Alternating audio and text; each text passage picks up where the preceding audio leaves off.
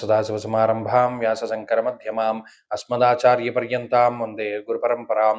జ్యోతిష్ శాస్త్రాన్ని భావితరాల వారికి ప్రసాదించిన ఋషుల యొక్క పాదపద్మాలకి నమస్కారం చేసుకుంటూ, అలాగే నాకు ఈ జ్యోతిష విద్యను నేర్పిన గురువర్యులు జ్యోతిష బ్రహ్మ కీర్తిశేషులు శ్రీ ఈరంకి సూర్యనారాయణమూర్తి గారు, సూర్యశ్రీ దైవజ్ఞ గారి యొక్క పాదపద్మాలకి నమస్కారం చేసుకుంటూ, ఓం శ్రీ మహాగణాధిపతి నమః, శ్రీ గురుభ్యో నమః, హరి ఓం.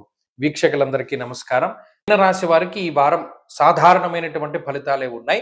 అయితే గత వారంతో పోల్చుకుంటే ఒకంత మంచి ఫలితం కిందే చెప్పొచ్చు. ఎందుకంటే జన్మరాశి స్థిత కుజుని యొక్క దోషం పోయింది, జన్మరాశిలో ఉండే రవి దోషం పోయింది, జన్మరాశిలో ఉండే బుధ దోషం పోయింది.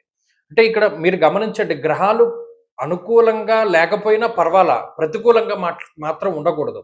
జన్మ కుజుడు కానీ జన్మ రవి కానీ ఎంత ఇబ్బంది పెడతారు. మీకున్నటువంటి అర్గళం ఏంటి? పాపార్గళం.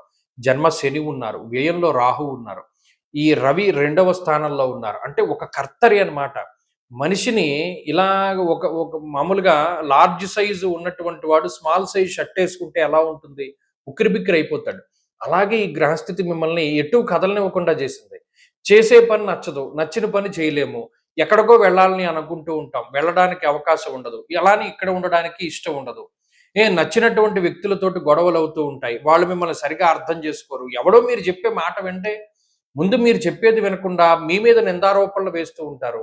ప్రతిదీ మీకు వ్యతిరేకంగానే జరుగుతూ ఉంటుంది. ఏంటో నెగిటివ్ అంతా నా దగ్గరే ఉందేమో అని బాధపడుతూ ఉంటారు. ఇలా మీనరాశి వారికి ఇబ్బందులు చాలా అధికంగా ఉన్నాయి.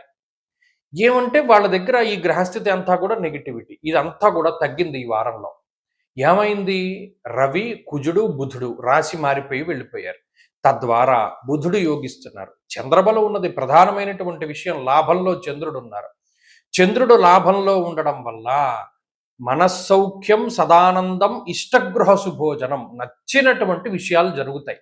నచ్చినటువంటి వ్యక్తులతోటి సంభాషణ, నచ్చినటువంటి భోజనం, నచ్చినటువంటి ఇంటిలో భోజనం చేస్తూ ఉండడం లాంటి అనేక రకాలైనటువంటి అంశాలు ఉన్నాయి. కాబట్టి మీనరాశి వారి గ్రహస్థితి మెరుగుపడుతూ ఉన్నది. ఈ నెల దాటితే గురుబలం పెరుగుతుంది, అది ఇంకా మంచిది. రానున్నటువంటి వారాలన్నీ కూడా అనుకూలమైనటువంటి ఫలితాలే మనం చెప్పుకుంటూ ఉంటాం.